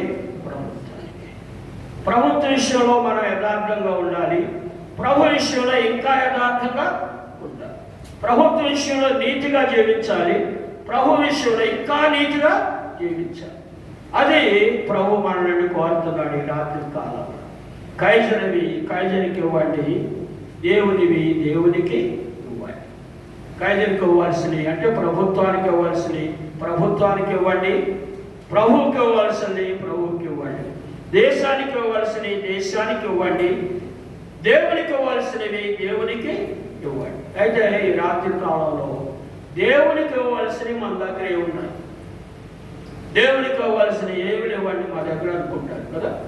దేవునికి ఏమిస్తాం అని అనుకుంటారు. దేవునికి ఇవ్వాల్సినవి 4 ఉన్నాయి. ఒకటి మన శరీరం. దేవుడిచ్చిందేనా శరీరం? దేవుడు మట్టిని తీసుకుని బొమ్మను చేశాడు. ఆ బొమ్మ నాసిక రంధ్రములోనికి దేవుడు జీవవాయువును ఓదగా నరుడు జీవ ఆత్మ. కనుక మన శరీరం ఆయన చేసింది. ఈ శరీరంలో భూలోకంలో జీవించరా అని శరీరాన్ని ఇచ్చాడు. ప్రభువు ఆ శరీరాన్ని సృష్టి చేసి ఆ యొక్క శరీరాన్ని మనకు అనుగ్రహించాడు. అదేవిధంగా యేసు ప్రభు దేవుడు మనకు జీవాన్ని ఆత్మను అనుగ్రహించాడు. నరుని నాసికారంధ్రములోనికి దేవుడు జీవవాయువును ఓదగా నరుడు జీవ ఆత్మ ఆయన. నీ శరీరం నీదిగా, అవునా? చాలాసార్లు మన శరీరాన్ని చూసుకుని అతిశయపడతాం, మన అందాన్ని చూసుకుని అతిశయపడతాం, మన బలాన్ని చూసుకుని అతిశయపడతాం. జిమ్కి వెళ్తాం, బాగా నరాలు బాగా బిగుసుకునేటట్టుగా జిమ్ చేస్తాం. దేనికి చేస్తాం? ఎక్సర్సైజ్ దేనికి? అది శరీర సంబంధమైన సాధకం, కొంచెం మట్టుకే ప్రయోజనం. కానీ ఆత్మ సంబంధమైన సాధకం ఈ లోకంలోనూ భూలోకంలోనూ అన్ని విషయాల్లో ప్రయోజనమై వాగ్దానముతో కూడుకున్నది. హల్లెలూయా. ఆత్మ సంబంధమైన సాధకం అవసరం, శరీర సంబంధమైన సాధకం కాదు. శరీర సంబంధమైన సాధనం ఆరోగ్యంగా ఉండడానికి చేయవలసినవి చేసుకోవాలి, అది తప్పదు. ఎందుకంటే దేవుడు మనకు శరీరాన్ని ఇచ్చాడు కనుక ఆ శరీరాన్ని ఆరోగ్యంతో కాపాడుకోవాలి. అతిగా తినకూడదు, అతిగా తినేస్తే అజీర్తి చేస్తుంది, రోగాలు వస్తాయి. మితముగా తినాలి, అన్ని విషయాలు మితముగా ఉండాలి. దేవుని బిడ్డలు అయిన మనం లోక సంబంధమైన జీవిత విషయంలో మన లోకంలో ఉన్నాం కనుక లోకంలో జీవించేటప్పుడు లోకానికి వెలుపల వెళ్ళాలి అని యేసు ప్రభు చెప్పలా. యేసు ప్రభు వారు ఏం చెప్పారంటే, నేను లోకంలో మీరున్నారు, ఆ లోకంలో మీరు నాకు సాక్షులుగా ఉండాలి. లోకానికి మీరు వెలుగై ఉన్నారు, లోకానికి మీరు ఉప్పై ఉన్నారు. అంటే లోకానికి మార్గం చూపించేవాడు మనమే. నిజమైన మార్గాన్ని, నీతి మార్గాన్ని, పరిశుద్ధమైన మార్గాన్ని, పరిశుద్ధమైన జీవితాన్ని చూపించగలిగింది మనమే. ఎందుకంటే మనం పరిశుద్ధులమయ్యాం, ఆయన రక్తంలో కడగబడ్డాం. యేసు రక్తం మనలను ప్రతి పాపము నుండి పవిత్రుడిగా చేసి కనుక పరిశుద్ధత అంటే లోకానికి తెలియదు. చూడండి, లోకంలో ఏం జరుగుతున్నాయో భయంకరమైన పనులు జరుగుతున్నాయి. చిన్నపిల్లలు కూడా చలిస్తున్నారు, భయంకరమైన కామకాత్వంతో మానవులు జీవిస్తూ ఉన్నారు. అలాంటి లోకంలో మన దేవుడు మనం పెట్టాడు. మనం ఆ పవిత్రతను లోకానికి చూపించడానికి పెట్టాడు, ఆ నీతిని లోకానికి చూపించడానికి పెట్టాడు. కనుక మనం లోకంలో వెలుగై ఉన్నాం, లోకంలో ఉప్పై ఉన్నాం. ఉప్పు ఆహార పదార్థాలని రుచి కలిగిస్తుంది, ఉప్పు ఆహార పదార్థాలను నిలువ చేస్తుంది. అలాగనే మనం 2 పనులు ఉన్నాయి. లోకం కొరకు ప్రార్థించాలి, లోకం నీతి వైపు నడవడానికి ప్రార్థించాలి. అందుకే అబ్రహాం ప్రార్థన చేశాడు, సొదొమ గొమొర్రాల గురించి ఆయన ప్రార్థన చేశాడు, ఆయన విజ్ఞాపన చేశాడు. 50 మంది ఉంటే, 40 మంది ఉంటే, 30 మంది ఉంటే, 20 మంది ఉంటే ఎంతగా ఆయన దేవుని బ్రతిమలాడాడో ఆ ప్రార్థనలో మనకు కనబడతాయి. ఎందుకు? ఆయన ఆ పట్టణం కూడా నాశనం కాకుండా ఉండటానికి, ఈ పట్టణం నాశనం కాకుండా ఉండడానికి నీవు ప్రార్థన చేయాలి, నీవు ప్రార్థన చేయాలి. నీ ప్రార్థన ద్వారా ఈ పట్టణం యొక్క గమ్యం ఆధారపడింది. నా నామం పెట్టబడిన నా జనులు తమను తాము తగ్గించుకొని వారి దుర్మార్గములను విడిచి ప్రార్థించినట్టు పరలోకమందున్న దేవుడు వారి ప్రార్థన విని వారి దేశాన్ని స్వస్థత పరచు. అంటే మన దేశం అవినీతితో ఉంది, అపవిత్రతతో ఉంది, అక్రమంతో ఉంది. అవన్నీ జరుగుతున్నప్పుడు మనం బాధపడతాం, కానీ ప్రార్థన చేయాలి. ప్రభువా, మా దేశాన్ని అక్రమం నుండి, అవినీతి నుండి, అపరిశుద్ధమైన పరిస్థితుల నుండి విడిపించాలని దేవుని బిడ్డలమైన మనం ప్రార్థన చేయాలి. అప్పుడు దేశాన్ని ఆయన స్వస్థత పరుస్తాడు, వాటి నుండి మనకు విడుదల కలిగిస్తాడు. కనుక ప్రియమైన వారలారా, మన బాధ్యత చాలా ఉంది. ప్రభుత్వానికి చెల్లించాల్సింది ప్రభుత్వానికి చెల్లించాలి, దేవునికి చెల్లించవలసింది దేవునికి చెల్లించాలి. దేవుని మన దగ్గర శరీరం ఉంది, ప్రాణం ఉన్నది, ఆత్మ ఉన్నది. 4వది చెప్పంటారా? దశమ భాగాలు. ఏమని రాయబడింది? లేవీకాండం 27వ అధ్యాయం 30వ వచనములో దశమ భాగాల గురించి ఏమి చెప్పబడిందో ఆ అధ్యాయంలో, లేవీకాండం 27వ అధ్యాయం 30వ వచనంలో, దశమ భాగములు యెహోవా సొమ్ము. నీ శరీరం ఎవరిది? దేవుడు ఇచ్చి ఆ శరీరాన్ని కొన్నాడు కూడా. అందుకే 1 కొరింథీ పత్రిక 6వ అధ్యాయం 19-20 వచనాల్లో యేసు పరిశుద్ధుడైన పౌలు రాస్తూ, మీరు విలువ పెట్టి కొనబడిన వారు కనుక మీ దేహముతో దేవునిని మహిమపరచు. మీరు విలువ పెట్టి కొనబడిన వారు కనుక మీ దేహముతో దేవునిని. చాలాసార్లు ఆత్మలో రక్షించబడ్డారు, పాపాలు క్షమించబడ్డాయి అని ఆనందిస్తాం. శరీరంతో ఏం చేస్తున్నాం? ఆలోచించు. బూతులు మాట్లాడు, సారాయితో నింపుతాం శరీరాన్ని, చెడుగుతో నింపుతాం నీ శరీరాన్ని. కనుక శరీరం దేవుడిచ్చిన శరీరం అది. దేవుడు శరీరాన్ని ఇవ్వడమే కాదు, శరీరంను ఆయన విమోచించాడు. హల్లెలూయా. మీరు విలువ పెట్టి కొనబడిన వారు. దేనితో కొన్నాడు యేసు ప్రభువు వారు మన శరీరాన్ని? ఆయన తన స్వరక్తంతో. అందుకే పౌలు అన్నాడు, వెండి బంగారముల వంటి క్షేమపు వస్తువుల ద్వారా మీరు విమోచించబడలేదు, కానీ ప్రశస్తమును దేవుని గొర్రెపిల్ల రక్తము ద్వారా మనం విమోచించబడ్డాము. హల్లెలూయా. నిన్ను విమోచించడానికి ఆయన రక్తాన్ని కార్చాడు. నీ పాపాలకు ప్రాయశ్చిత్తం చేయడానికి ఆయన రక్తాన్ని కార్చాడు. విలువ పెట్టి కొన్నాడు నిన్ను. అయితే మీరు విలువ పెట్టి కొనబడిన వారు కనుక మీ దేహములతో దేవునిని మహిమపరచాలి. దేహంతో ఏం చేస్తున్నామో ఆలోచించు. ఎన్ని చెడ్డ కార్యాలు చేస్తున్నామో దేహంతో ఆలోచించు. దేవునికి ఇవ్వాలి. నీ శరీరాన్ని దేవునికి సమర్పించాలి. నీ శరీరం దేవునికి సమర్పించాలి. ఎందుకు అంటే ఆయన మన శరీరాన్ని ఇచ్చాడు, మన శరీరాన్ని కొన్నాడు. శరీరాన్ని కొనడమే కాదు, మన శరీరాన్ని ఏ విధంగా మార్చనై ఉన్నాడో దేవుని వాక్యంలో రాయబడి. ఫిలిప్పీయులకు రాసిన పత్రికలో 1వ అధ్యాయంలో మన ఈ దేన శరీరమును, జాగ్రత్తగా వినండి, మన ఈ దేన శరీరం తన మహిమ గల శరీరములకు సమానమైనదిగా ఆయన మార్చి. ఎంత గొప్ప భాగ్యం ఆలోచించు. నీ శరీరానికి ఎంత నిరీక్షణ ఇచ్చాడో ఆలోచించండి. ఆయన మహిమ గల శరీరమునకు సమరూపమైనదిగా నీ శరీరం మారనాయి. ఆ శరీరాన్ని ఏ విధంగా వినియోగిస్తున్నావు? ఆ శరీరాన్ని దేనికి ఉపయోగిస్తున్నావు? పాపానికి, చెడుకు, దురలవాట్లకు, భయంకరమైన జీవితాన్ని ఆ శరీరాన్ని అప్పగిస్తున్నావు. ప్రభువుకి చెందవలసింది ప్రభువుకి చెందాలి, దేవునికి చెందవలసింది దేవునికి చెందాలి. రెండవది ప్రాణం. దేవుడు జీవం ఇచ్చాడు. ఈ ప్రాణం మనలో ఉండడం ద్వారా మనం జ్ఞానం కలిగి ఉంటున్నాం. ఆ ప్రాణంలో జ్ఞానం, ఆ జ్ఞానాన్ని ఉపయోగించుకుని మనం లోకంలో జీవిస్తున్నాం, చదువుకుంటున్నాం, మంచి విద్య అభ్యసిస్తున్నాం, డిస్టింక్షన్ సంపాదిస్తున్నాం, మంచి ఉద్యోగాలు, లక్షలు నెలకు సంపాదించే ఉద్యోగాలకు మనం వెళుతున్నాం. ఆ ప్రాణం ఆయన ఇచ్చింది. ఆయన ఒక మాట అన్నాడు, దేవుడికి కృతజ్ఞత చెల్లించాలండి అంటే. ఎందుకంటే నా జీవితంలో ఆయన ఏం చేయలేదు అన్నాడు. నా జీవితంలో ఏమీ చేయలేదు, కానీ మా పొరుగింటి వాడికి మాత్రం దేవుడు బాగా దీవిస్తున్నాడు. వాడి పిల్లలు మాత్రం బాగా చదువుకుంటారు, వాళ్ళందరికీ డిస్టింక్షన్ వస్తుంది, వాళ్ళందరూ కూడా విదేశాలకు వెళ్తున్నారు, కానీ మా పిల్లలు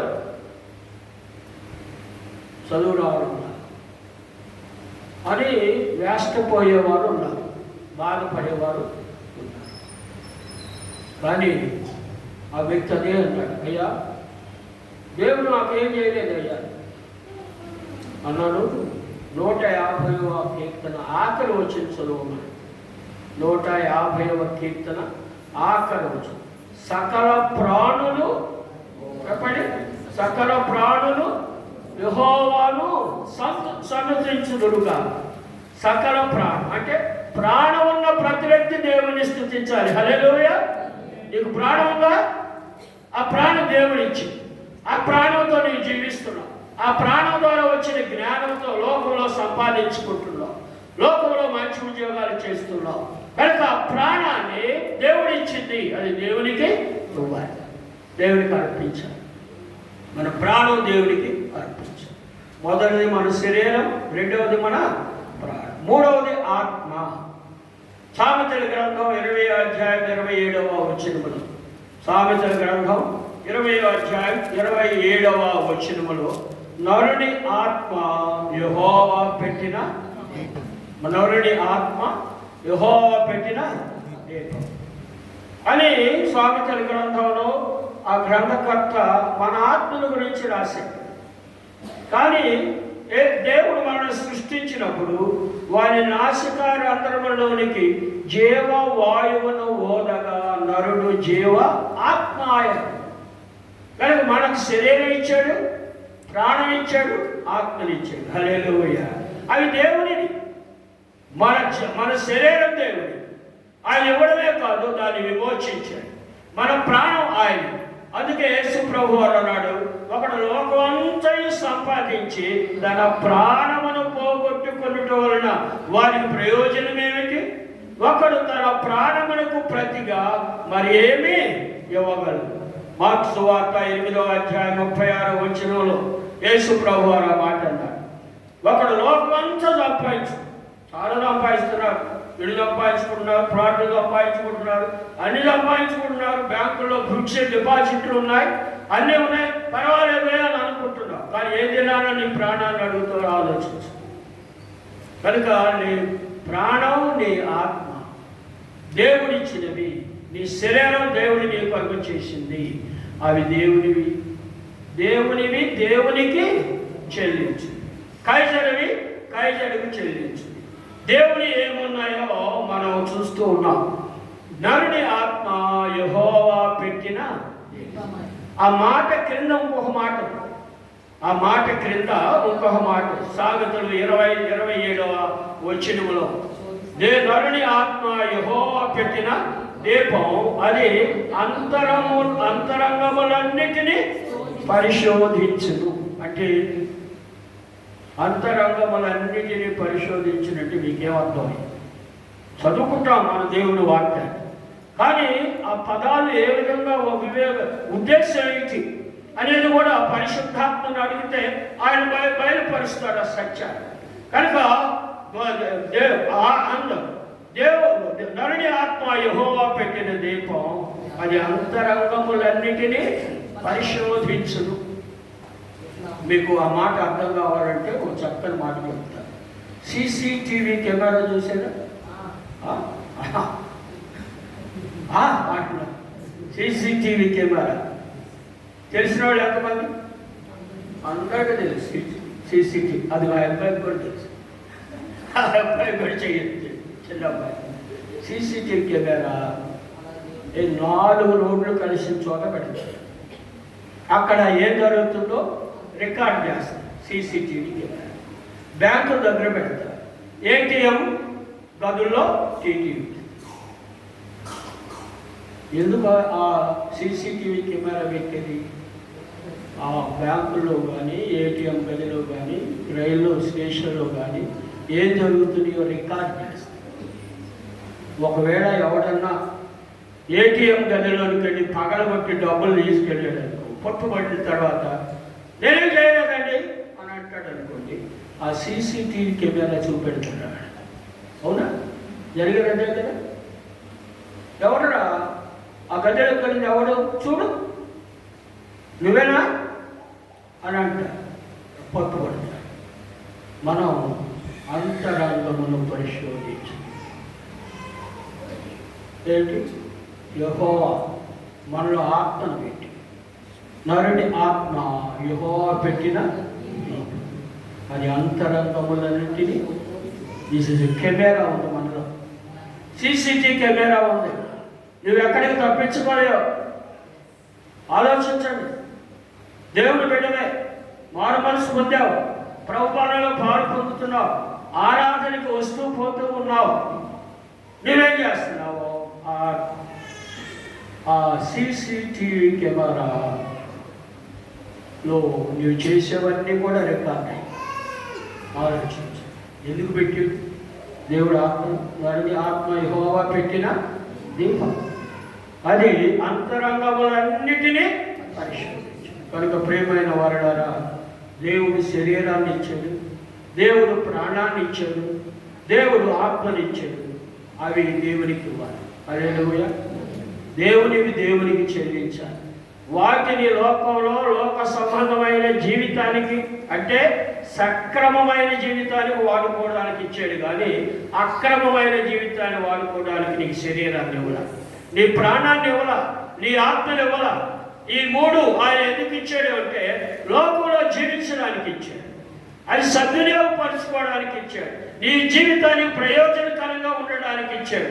వాటిని చెడుకు ఉపయోగించి దేవుని శిక్షకు గురి కావడానికి ఆ వస్తువులు ఆయన నీకు ఇవ్వలేదు. ఆలోచించు, దేవునివి దేవునికి చెల్లించాలి. దేవునికి మన శరీరాన్ని చెల్లించాలి, మన ప్రాణాన్ని అప్పగించాలి, మన ఆత్మను ఆయన. యేసు ప్రభువు శిలువ మీద చనిపోయేటప్పుడు తండ్రి నీ చేతికి నా ఆత్మను అప్పగిస్తాను అంటే అర్థమేంటి? దాని ఆ మాటలో ఉద్దేశం ఏమిటి? యేసు ప్రభువు వారు ఆ విధంగా తండ్రికి తన ఆత్మను అప్పగించడం ఏంటి? ఆ తండ్రి ఆత్మని ఇచ్చాడు, ఆ ఆత్మలో నా భూలోకంలో నేను దేవుని పనిని నెరవేర్చాను, ఆ నెరవేర్పు చేశాను కనుక ఇదిగో మరలా నా ఆత్మ నీకే అప్పగిస్తాను. కనుక ప్రియమైన వారలారా, మనం భూలోకంలో జీవించే జీవితం ముగింపులో దేవునికి ఆత్మను అప్పగించి ధైర్యంగా అన్నాడు యేసు, నీ చేతికి నా ఆత్మను అప్పగిస్తున్నాను అన్న మాటలో నీవు నాకు ఆత్మనిచ్చావు, శరీరాన్ని ఇచ్చావు, ప్రాణాన్ని ఇచ్చావు, ఈ మూడు నీ కొరకు వినియోగించావు. నా శరీరాన్ని మనుషుల కొరకు ప్రాణం పెట్టాను, మనుషుల కొరకు నా ఆత్మను వారి కొరకు నేను చేశాను. నీవు చెప్పిందంతా కూడా ఈ మూటి ద్వారా లోకంలో నేను నెరవేర్చాను కనుక వాటిని నీకు సమర్పిస్తాను. కనుక ప్రియమైన వారా, దేవునివి దేవునికి ఏమున్నాయి? మూడు ఉన్నాయి. శరీరం ఉంది, మనలో ప్రాణం ఉన్నది, నాలుగోది దశమ భాగాలు. లేవీకాండం 27వ అధ్యాయం 30వ వచనం. లేవీకాండం 27వ అధ్యాయం 30వ వచనంలో వ్రాయబడిన మాట ఏంటంటే దశమ భాగములు యెహోవా సొమ్ము. దశమ భాగములు యెహోవా. అందరూ చెప్పండి ఆ మాట, మరోసారి చెప్పండి, మరోసారి చెప్పండి. దేవుని సొమ్ము, దేవుని సొమ్ము. ఇశ్రాయేలుని దేవుడు మలాకి గ్రంథం ద్వారా 3వ అధ్యాయం 8 నుండి 10 వచ్చిన వారిని హెచ్చరిస్తూ మీరు నా దగ్గర దొంగలిస్తున్నారు అన్నాడు. మీరు నా దగ్గర దొంగలిస్తున్నారు. ఇశ్రాయేలు అందరూ అడిగారు, మీ దగ్గర దొంగలించడం ఏంటయ్యా అని అన్నాడు. ప్రభు ప్రవక్త ద్వారా ఏమని చెప్తూ ఉన్నాడంటే దశమ భాగములు ప్రతిష్టార్పణ నా మందిర ధననిధిలోనికి తీసుకుని రాకపోవడంలో మీరు నా యొక్క దొంగిలించున్నారు. అంటే దశమ భాగం ఇవ్వకపోతే దేవుని దృష్టిలో నీవు దొంగ. దేవుని దృష్టిలో నీవు చాలామంది దొంగలు ఉంటారు, చర్చిలో చాలామంది దొంగలు ఉంటారు. నేను చెప్తే నవ్వుతున్నారు, కానీ పశ్చాత్తాపడ. దశభావం ఇవ్వకపోతే శపిస్తానన్నాడు, నీ పంట శపిస్తానన్నాడు, నీ పొలాన్ని శపిస్తానన్నాడు, వర్షం కురవదు అన్నాడు. కనుక ఇవన్నీ కూడా అనుభవిస్తూ మనం దేవునికి ఇవ్వాల్సిన ఇవ్వడం, దేవుని సొమ్మని మన సొమ్ము కాదు. అందుకనే లేవీకాండం 27వ అధ్యాయం 30వ వచనంలో దశమ భాగము యెహోవా సొమ్ము. యెహోవా సొమ్ము యెహోవాకి ఇవ్వాలి, అది నువ్వు వాడుకోవడానికి వీలు లేదు. కనుక మనం అందరం చాలామంది దొంగలమే. ఇక్కడ కూర్చున్న వారిలో దొంగలున్నారు అని బ్యాంకుల్లో ఉంటుంది బోర్డు, రైల్వే స్టేషన్లో ఉంటుంది బోర్డు, బస్ స్టేషన్లో ఉంటుంది బోర్డు. ఆ బోర్డు చర్చిలో పెట్టారు. అవునా కదా? నవ్వుకోవడం కాదు. I'm not telling you to laugh. I want to tell you to realize how we are robbing God. దేవుని ఏ విధంగా దొంగిలిస్తున్నామో దేవుని అందరూ అది తెలుసుకోవడానికి చెప్తుంది. నేను దశభావం తప్పకుండా తీస్తాను. చిన్నతనం నుండి అలవాటు దేవునికి ఇవ్వడం. మా అమ్మగారు నేర్పింది. మా అమ్మగారు సండే స్కూల్, మేము పల్లెటూరులో పుట్టా, పల్లెటూరులో పెరిగా, పల్లెటూరు సంఘానికి వెళ్ళేవాళ్ళు. ఆదివారం రాగానే మా అమ్మగారు మాకు స్నానం చేయించి ఉతికిన బట్టలు వేసి గుప్పిడి బియ్యం మా ఒడిలో కట్టి ఈ షర్ట్లు దాంట్లో పెట్టి ఆ విధంగా దేవునికి ఇవ్వడం నేర్చు. మా అమ్మగారు చదువు రాదు కానీ రోజుకి 4 గంటలు ప్రార్థన చేస్తారు. మా నాన్నగారు టీచర్, ఎలిమెంటరీ స్కూల్ టీచర్. మా అమ్మగారు చదువు రాదు కానీ 4 గంటలు ప్రార్థన చేస్తారు. ఉదయం 2 గంటలు, రాత్రి పడుకోయేటప్పుడు 2 గంటలు కన్నీటితో ప్రార్థన చేస్తారు. తన చివరి దినాల్లో నా దగ్గరే ఉంది 3 సంవత్సరాలు. ఆ 3 సంవత్సరాలున్న ఆ వృద్ధాప్యంలో కూడా తెల్లవారుజామున 4 గంటలు లేచి 6 గంటల వరకు ప్రార్థన చేసింది. ప్రియమైన వారలారా, మీ కుటుంబాల కొరకు మీరు ప్రార్థన చేయాలి. రక్షింపబడిన భర్తల కొరకు ప్రార్థించాలి, రక్షింపబడిన బిడ్డల కొరకు ప్రార్థించాలి. మీరు ఈరోజు ఆదివారం వచ్చారు, మీ బిడ్డలు ఎక్కడ ఉన్నారు? సినిమా హాల్లో ఉంటారు. మీ బిడ్డ ఎక్కడ ఉన్నారు? క్లబ్కి వెళ్ళారు.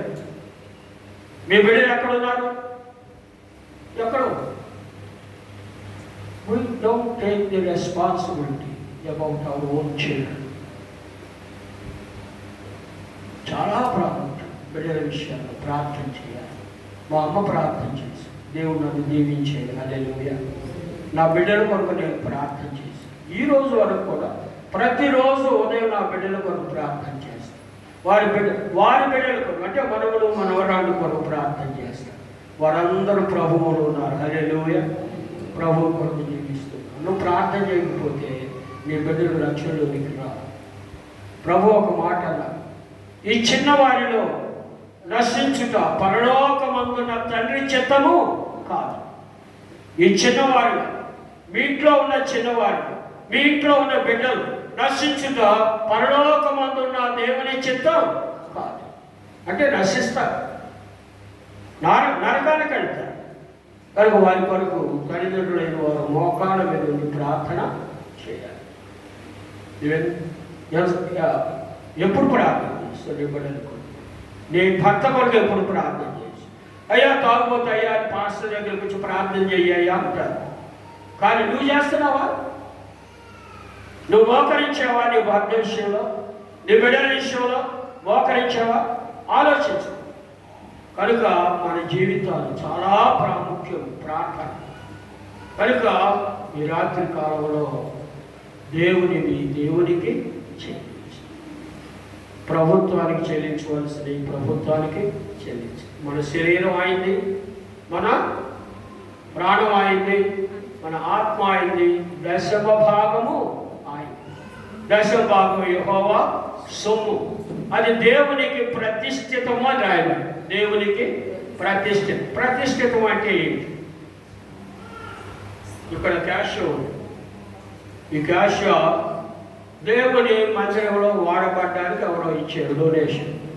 దాన్ని తీసుకుని వచ్చినప్పుడు పాస్టర్ గారు ప్రార్థన చేస్తారు, ప్రతిష్ఠ చేస్తారు. అంటే ఈ క్యాష్ దేవుని మందిరంలో వాడబడడానికి మాత్రమే ప్రత్యేకింపబడింది అని అర్థం.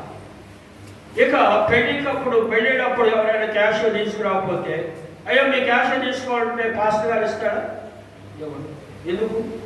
ప్రత్యేకించబడి 10వ భాగం దేవునికి ప్రతిష్ఠిత, దేవుని కొరకు ప్రత్యేకించబడి. కనుక ఈ రాత్రి కాలంలో 10వ భాగం దేవునికి చెల్లించాలి. దేవునికి చెల్లించాలి. 10వ భాగం కొంతమంది తీస్తారు, అందరినీ కొంతమంది తీస్తారు. తీసి ఏం చేస్తారంటే, ఏదైనా పాస్టర్ వాళ్ళ ఇంటికి వచ్చి ప్రార్థన చేస్తే అందులో ఒక 10 రూపాయలు ఇస్తారు. అవునా? ఇంకో పాస్టర్ గారు వచ్చి ప్రార్థన చేస్తే ఆయనకు ఒక 5 రూపాయలు ఇస్తారు. సంఘానికి ఏమిస్తావు? ఒక 20 రూపాయలు. టీవీ ఇవాంజలిస్టు ఎపిసోడ్ ఇస్తే దేవుడు నేను ఇంకా దీవిస్తాడని కానీ వాడికి 20,000 పంపుతాడు. 10వ భాగం పంచే హక్కు నీకు లేదు. దేవుని వాక్యంలో మలాకి గ్రంథంలో 3వ అధ్యాయంలో 8 నుండి 10 వరకు చదువుకున్నట్లయితే దశమ భాగము యెహోవా సొమ్ము అని లేవీకాండంలో రాయబడింది. దశమ భాగం అంతయు నా మందిర ధననిధిలోనికి తీసుకురండి. దశమ భాగం అంతయు, దశభాగం పంచే హక్కు నీకు లేదు, నాకు లేదు, నాకు కూడా లేదు. పంచే హక్కు నేను కూడా దశభాగం ఇస్తాను. దశభాగం తప్పకుండా ఇచ్చేస్తాను. చెక్కు రాస్తే మా ట్రెజరర్ గారికి ఇచ్చేస్తాను. దశభాగం కాకుండా ప్రతి ఆదివారం కానుకేస్తాను.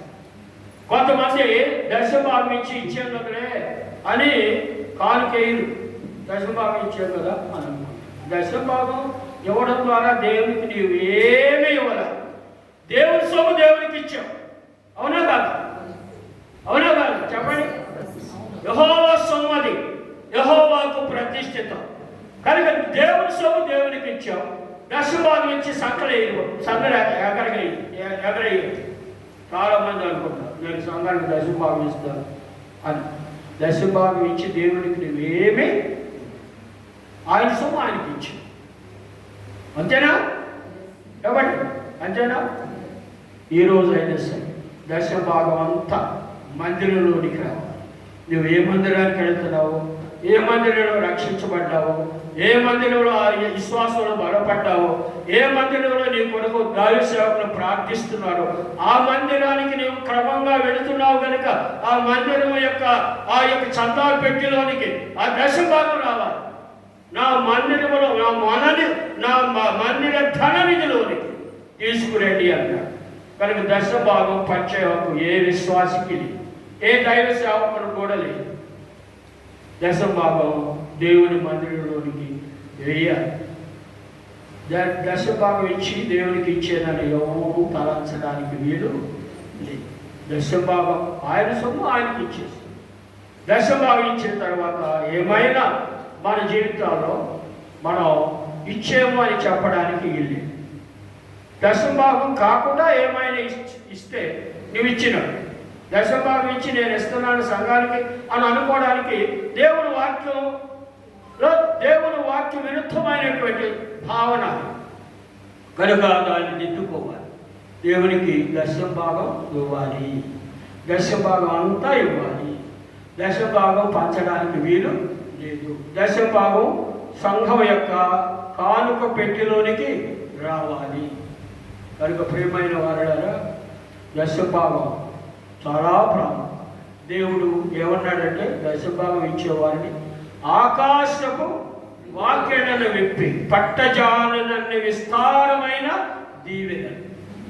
ఆకాశం వాక్యను విప్పేది దేవునికి దశభాగం ఇవ్వడం ద్వారా ఆకాశ ద్వారాలు తెరవబడతాయి. హల్లెలూయా. పట్టజాలనన్ని విస్తారమైన దీవెన. పట్టజాలనన్ని విస్తారమైన దీవెనలు అంటే మీ ఇంటి నుండి డబ్బు ఉంటుందని కాదు. పట్టుదలని విస్తారమైన దీవెనలు అంటే నీ జీవితంలో ఏది అవసరమైందో వాటన్నిటినీ సమృద్ధిగా ఇస్తాడు అని అర్థం. హల్లెలూయా. నీకు ఏది అవసరం? ఆరోగ్యం అవసరమా? దశభాగం ఇవ్వండి, మంచి ఆరోగ్యం ఉంటుంది. హల్లెలూయా. దశభాగం ఇవ్వండి, నీకు నిజమైన సమాధానం సంతృప్తి ఉంటుంది. దశభాగం ఇవ్వండి, దేవుడు నీకు అనుగ్రహిస్తాడు. కనుక దశభాగం యెహోవా. నీ శరీరం అయింది, నీ యొక్క ప్రాణం అయింది, నీ ఆత్మ అయినది, నీ దశమ భాగం. ఈ 4 విషయాల్లో దేవునికి చెందవలసినవి దేవునికి చెందాలి, ప్రభుత్వానికి చెందవలసినవి ప్రభుత్వానికి చెందాలి. అందుకే యేసు ప్రభువు కైసరుని కైసరికి ఇవ్వండి, దేవునివి దేవునికి ఇవ్వండి. ఈ రాత్రి కాలంలో దేవునికి ఇచ్చేదేమిటో పరిశుద్ధాత్మ దేవుని నీతో మాట్లాడాలి. నీ శరీరం దేవునికి ఇచ్చేవా? లోక సంబంధమైన జీవితంలో నీ శరీరాన్ని వినియోగిస్తున్నావా? ప్రాణం దేవునికి ఇచ్చేవా? ఆ ప్రాణంతో నువ్వు జ్ఞానం సంపాదించుకొని స్వార్థపూరితంగా దానిని వినియోగించుకుంటున్నావా? ఆత్మనిచ్చాడు దేవుడు, అది నిత్యత్వం కలిగింది, నిత్య జీవంలోనికి ప్రవేశించాలి. ఆ ఆత్మ ప్రభువుకి అప్పగిస్తే నిత్య జీవంలోనికి ప్రవేశిస్తావు. హల్లెలూయా. దేవుని దశమ భాగము యెహోవా సొమ్ము ఆయన. కనుక కైజరవి దేవునికి చెల్లించగలుగునట్లు పరిశుద్ధాత్మ దేవుడు మనందరి హృదయాల్లో కార్యం జరిగించను కాక. అందరూ లేచి వాక్య వెలుగులో మన జీవితాలు పరీక్షించుకుందాం. దేవునికి చెల్లించాలి, దేశానికి చెల్లించవలసినవి దేశానికి చెల్లించాలి, ప్రభుత్వానికి చెల్లించవలసినవి ప్రభుత్వానికి చెల్లించాలి, ప్రభువుకు చెల్లించవలసినవి ప్రభుకి చెల్లించాలి. ప్రార్థించాలి. పాస్టర్ కృష్ణపర్ గారు వచ్చి ప్రార్థన నడిపిస్తారు.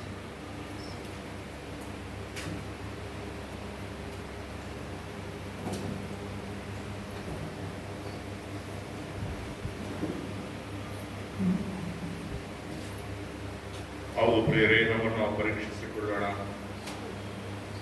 ದೇವರು ನಮಗೆ ಕೊಟ್ಟಿರುವಂತಹ 4 ವಿಷಯಗಳ ಬಗ್ಗೆ ನಾವು ತಿಳಿದುಕೊಂಡಿದ್ದೇವೆ. ನಿಮ್ಮ ದೇಹವು, ಪ್ರಾಣವು, ಆತ್ಮವು, ಹಾಗೆಯೇ ದೇವರಿಗೆ ಕೊಡಬೇಕಾಗಿರುವಂಥ ದಶಮ ಭಾಗ ಆತನಿಗೆ ಕೊಟ್ಟು ಆತನ ಘನಪಡಿಸುವಾಗ ಆತನ ನಮ್ಮನ್ನು ಅಧಿಕವಾಗಿ ಆಶೀರ್ವದಿಸುವ ದೇವರಾಗಿದೆ.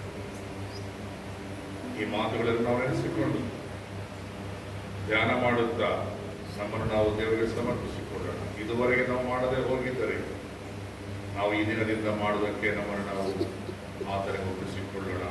ಆತನ ಸೇವಕನ ಮೂಲಕ ಮಾತನಾಡುವ ಎಲ್ಲ ಮಾತುಗಳು ನಂಬತಕ್ಕವು. ಆತನ ಮಾತುಗಳಲ್ಲಿ ಒಂದಾದರೂ ಬಿದ್ದು ಹೋಗುವುದಿಲ್ಲ. ಆತನ ಮಾತುಗಳಿಂದ ನಿನ್ನ ಜೀವಿತವನ್ನು ಸರಿಪಡಿಸಿಕೊಂಡು ಆತನ ಕಡೆ ತಿರುಗಿ ಆತನ ನಾವನ್ನು ಮಯಪಡಿಸುವ ಹಾಗೆ ದೇವರು ನಮಗೆ ಸಹಾಯ ಮಾಡುವ ಹಾಗೆ ನಾವು ಪ್ರಾರ್ಥನೆ ಮಾಡಿಕೊಳ್ಳೋಣ.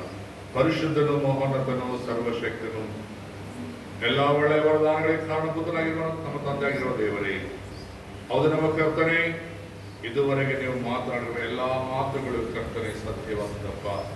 ನಾವು ನಮ್ಮ ಶರೀರದಿಂದ ಈ ಲೋಕದಲ್ಲಿ ಅನೇಕ ವಿಷಯಗಳಿಗೆ ಕರ್ತನಪ್ಪ ನಾವು ಬಿದ್ದು ಹೋಗಿರುವಾಗ, ಶರೀರೇಚ್ಛೆಗಳಿಂದ ನಾವು ಕೆಟ್ಟು ಹೋಗಿರುವಾಗ ನೀವು ನಮ್ಮನ್ನು ಪ್ರೀತಿಸಿ ನಮ್ಮ ಕಡೆಗೆ ಬಂದು ನಮ್ಮನ್ನು ಕರ್ತನೆ ನಿಮ್ಮ ಕಡೆಗೆ ಕರ್ತನೆ ಆಕರ್ಷಿಕೊಳ್ಳೋದಕ್ಕಾಗಿ ನಮಗೆ ಸ್ತೋತ್ರ. ಈ ದಿನ ಮತ್ತೊಂದು ಸಲ ನಮ್ಮ ಶರೀರವನ್ನು ನಿಮಗೆ ಒಪ್ಪಿಸ್ತಿದ್ದೇವೆ ಕರ್ತನೆ. ಹಾಗೆ ನಮ್ಮ ಕರ್ತನೆ ನಮಗೆ ಕೊಟ್ಟಂತ ಆತ್ಮದಿಂದ, ನಮ್ಮ ಪ್ರಾಣದಿಂದ ಕರ್ತನೆ ನಾವು ಜ್ಞಾನವಂತರಾಗಿ, ಬುದ್ಧಿವಂತರಾಗಿ ಲೋಕದಲ್ಲಿ ಅನೇಕವನ್ನು ಕರ್ತನೆ ಸಂಪಾದಿಸಿಕೊಂಡು ಅದನ್ನು ಕರ್ತನೆ ನಾವು ನಿಮಗೋಸ್ಕರ ನಾವು ಉಪಯೋಗಿಸಿಕೊಳ್ಳದೆ ನಮ್ಮ ಸ್ವಾರ್ಥಕ್ಕಾಗಿ ಕರ್ತನೆ ನಾವು ಉಪಯೋಗಿಸಿಕೊಳ್ಳುತ್ತಿದ್ದೇವಪ್ಪ. ಅದಕ್ಕಾಗಿ ನಮ್ಮ ಸ್ವಾರ್ಥ ಜೀವಿತವನ್ನು ಬಿಟ್ಟು ಕರ್ತನೆ ನಮ್ಮ ಪ್ರಾಣದಿಂದ ನಿಮಗೆ ಘನಪಡಿಸಿದ ಕರ್ತನೆ. ಅದೇ ಕರ್ತನೆ ನೀವು ನಮಗೆ ಕೊಟ್ಟಂತಹ ಆತ್ಮವನ್ನು ತಿರುಗಿ ನಾವು ನಿಮಗೆ ಒಪ್ಪಿಸುತ್ತಿದ್ದೇವೆ. ಅದು ಕರ್ತನೆ ಸ್ಟೆಫನನು ಮತ್ತು ದಾವೀದನು ಹೇಳ್ತಿದ್ದಾರೆ, ಕರ್ತನೆ ಈಗ ನಮ್ಮ ಆತ್ಮ ಮತ್ತೆ ನಾವು ನಿಮಗೆ ಸಮರ್ಪಿಸುತ್ತಿದ್ದೇವೆ. ಅದು ಕರ್ತನೆ ಈ ಆತ್ಮ ಕರ್ತನೆ ನಿಮ್ಮ ಕೈಯಲ್ಲಿ ಇರದೆ ಹೋದರೆ, ಈ ಆತ್ಮವನ್ನು ನಮ್ಮ ಇಷ್ಟಾನುಸಾರವಾಗಿ ನಾವು ಕರ್ತನೆ ಉಪಯೋಗಿಸಿಕೊಂಡರೆ ಒಂದು ದಿನ ಈ ಆತ್ಮ ಲೋಕವನ್ನು ಬಿಟ್ಟು ಹೋದಾಗ ನರಕಕ್ಕೆ ಹೋಗುತ್ತದೆ ಕರ್ತನೆ. ಅದರಿಂದ ನಾವು ನರಕದ ಪಾಲು ಆಗದಂತೆ ಕರ್ತನೆ ನಮ್ಮನ್ನು ನಾವು ಕರ್ತನಪ್ಪ ನಿಮಗೆ ಒಪ್ಪಿಸಿಕೊಳ್ಳುತ್ತೇವೆ. ಮತ್ತು ನೀವು ನಮಗೆ ಕೊಟ್ಟಿರುವ ಎಲ್ಲಾ ವಿಷಯಗಳಲ್ಲಿ ನಮ್ಮ ಭೂಪರದಲ್ಲಾಗಲಿ ಕರ್ತನೆ, ನಮ್ಮ ಹೊಲದಲ್ಲಾಗಲಿ ಕರ್ತನೆ, ನಮ್ಮ ಕೆಲಸಗಳಿಂದ ಬಂದಿರುವಂತಹ ಎಲ್ಲವುಗಳಲ್ಲಿ ಕರ್ತನೆ ನಾವು ನಿಮಗೆ ದಶಮ ಭಾಗವನ್ನು ಕೊಟ್ಟು ನಿಮ್ಮನ್ನು ಶೋಧಿಸಿದರೆ ನೀವು ಪರಲೋಕ ರಾಜ್ಯದ ಬಾಗಿಲು ತೆರೆದು ನಮ್ಮನ್ನು ಆಶೀರ್ವದಿಸುವ ದೇವರ ಕರ್ತನೆ. ಅವರ ಮತ್ತು ಇದುವರೆಗೆ ನಾವು ಕರೆದಿರುವ ಕಳ್ಳರಾಗಿದ್ದೇವೆ. ಕಳ್ಳರು ಪರಲೋಕ ರಾಜ್ಯಕ್ಕೆ ಬಾಧ್ಯಸ್ಥರು ಅಲ್ಲ ಅಂತ ಹೇಳಿ ಕರ್ತನೆ ನೀವು ಹೇಳಿದ ಕರ್ತನೆ. ನಮ್ಮಲ್ಲಿ ಯಾರು ಕಳ್ಳರಾಗಿರದಂತೆ ನಿಮ್ಮ ಮಕ್ಕಳಾಗಿ ಜೀವಿಸಲು ನಿಮ್ಮ ಕೃಪೆ ತೋರಿಸು. ವಾಕ್ಯವನ್ನು ಕರ್ತನೆ ಹಂಚಿಕೊಂಡಂತ ನಿಮ್ಮ ಸೇವಕರಾದ ಪೀಠರನ್ನು ಕರ್ತನಪ್ಪ ಇನ್ನೂ ಆಶೀರ್ವದಿಸಿ ಬಲಪಡಿಸಿರಿ. ಈ ಒಂದು ಕರ್ತನಪ್ಪ ವೃದ್ಧಾಪ್ಯದಲ್ಲಿ ಅವರಿಗೆ ಕೊಟ್ಟದ ಬಲಕ್ಕಾಗಿ ನಿಮಗೆ ಸ್ತೋತ್ರ, ಒಳ್ಳೆಯ ಶಕ್ತಿಗಾಗಿ ನಿಮಗೆ ಸ್ತೋತ್ರ, ಅವರಿಗೆ ಕೊಟ್ಟದ ಕರ್ತನೆ ಆ ಸ್ವರಕ್ಕಾಗಿ ನಿಮಗೆ ಸ್ತೋತ್ರ. ಈ ದಿನ ಕೇಳಿರುವ ಎಲ್ಲರೂ ಕರ್ತನೆ ಅವರಿಗಾಗಿ ಪ್ರಾರ್ಥನೆ ಮಾಡುವಂತೆ ಕರ್ತನೆ ನಿಮ್ಮ ಮಕ್ಕಳನ್ನು ಪ್ರೇರೇಪಿಸಬೇಕು ಬಿಡುತ್ತೇನೆ. ಅವ್ರಿಗೆ ಕೊಟ್ಟದ ಸೇವೆ, ಅವ್ರಿಗೆ ಕೊಟ್ಟದ ಕುಟುಂಬ ಎಲ್ಲವನ್ನೂ ಆಶ್ವಸಿ ನೀವೇ ಮೈ ಹೊಂದಬೇಕಂತ ಬಿಡುತ್ತೇನೆ. ಮತ್ತು ಮುಖ್ಯವಾಗಿ ನಮ್ಮ ತಂದೆ ಈ ಒಂದು ಫೆಲೋಶಿಪ್ ಅಲ್ಲಿ ನಿಮ್ಮ ರಾಜ್ಯವು ಬರಲಿ, ನಿಮ್ಮ ಚಿತ್ತವು ನೆರವೇರಲಿಕ್ಕೆ. ಮುಖ್ಯವಾಗಿ ನಮ್ಮ ತಂದೆ ಈ ಪಟ್ಟಣದಲ್ಲಿ ಇನ್ನೂ ಅನೇಕ ಜನ ನಶಿಸಿ ಹೋಗುತ್ತಿದ್ದಾರೆ ಕರ್ತನೆ. ನಶಿಸಿ ಹೋಗುವಂತ ಜನಗಳು ಇಲ್ಲಿಗೆ ಬಂದು ನಿಮ್ಮನ್ನು ತಿಳಿದುಕೊಂಡು ಆರಾಧಿಸುವ ಕೃಪೆ ದಯಪಾಲಿಸಬೇಕಂತೇಳಿ ನಮ್ಮ ಕರ್ತನು ಮತ್ತು ರಕ್ಷಕನ ಒಡೆಯನು ಯೇಸು ಕ್ರಿಸ್ತನ ಮುದ್ದಾದ ನಾಮದಲ್ಲಿ ಬೇಡಿ ನಮ್ಮ ತಂದೆಯ ದೇವರೇ, ಆಮೆನ್.